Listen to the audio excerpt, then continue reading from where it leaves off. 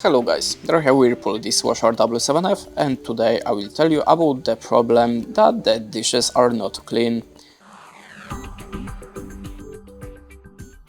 The possible causes: crockery has not arranged properly. The solution: arrange the crockery correctly. The next possible causes: the spray arm cannot rotate freely, being hindered by the dishes. The wash cycle is too gentle. An excessive amount of foam is present.